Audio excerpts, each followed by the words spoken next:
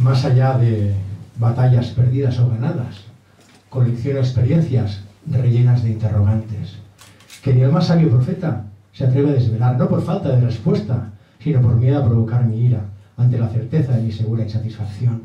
Porque mi equilibrio reside en mis rarezas, que inusitada pereza abraza mis suspiros, dejando ciego cuanto miro con ojos de simpleza. Porque mis madrugadas escribo con sangre.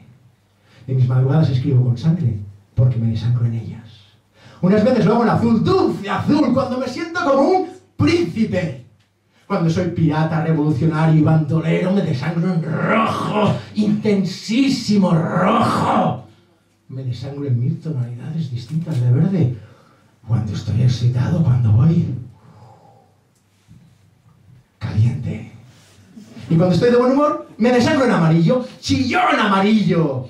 Y morado, y naranja, hortero morado, y naranja, naranja, naranja. Avui més que mai, naranja Wembley. Wembley 92, naranja. Otras veces, más de las que quisiera, me desangro en blanco y negro, y en gris.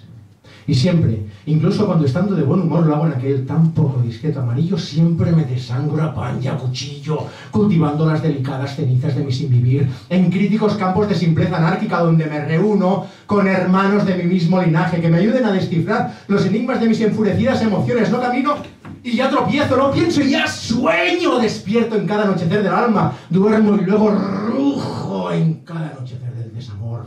Perfilo sentimientos innatos desde su mismísimo parto. Termino por adentrarme en la temible pero apetecible cueva de tú, de mí, de nuestra bendita esclavitud. Mi equilibrio reside en mis rarezas, que con inusitada pereza ahoga mis suspiros, dejando ciego cuanto miro con ojos de simpleza.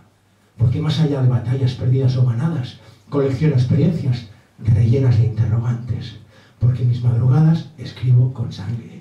Y si en mis madrugadas escribo con sangre, es porque envuelto en un gran arco iris de excelsa riqueza cromática, me desangro en ellas. Gracias.